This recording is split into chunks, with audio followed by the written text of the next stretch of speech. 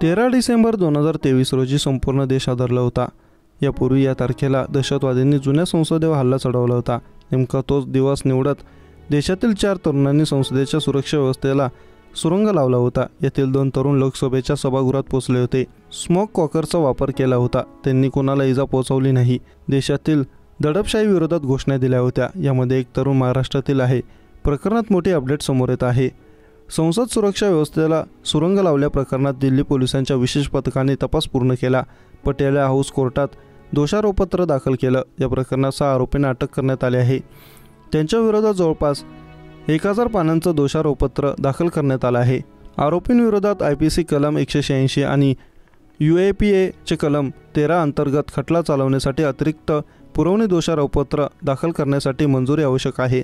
Police या परवानगीची प्रतीक्षा करत असल्याची बाजू विशेष सरकारी वकील अखंत प्रताप सिंह यांनी न्यायालयात मांडली। अतिरिक्त सत्र न्यायाधीश डॉक्टर हरदीप कौर यांनी अतिरिक्त दोषारोपपत्र दाखल करण्यासाठी पोलिसांनी 15 जुलैपर्यंत कालावधी वाढवून दिला। तोपर्यंत 6 आरोपींची न्यायालयीन कोठडी वाढवण्यात आली आहे।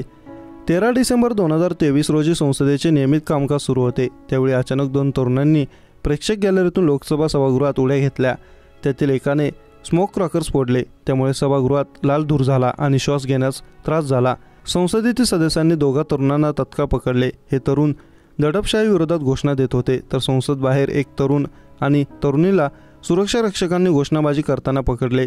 पोलिसांनी या प्रकरणी धरपकड केली। प्रकरणात पोलिसांनी मनोरंजन डी, सागर शर्मा, अमोल धनराज शिंदे, नीलम आझाद, ललिता झा आणि महेश कुमावत यांना अटक केली आणि त्यांच्या विरोधात दोषारोपपत्र दाखल केले आहे।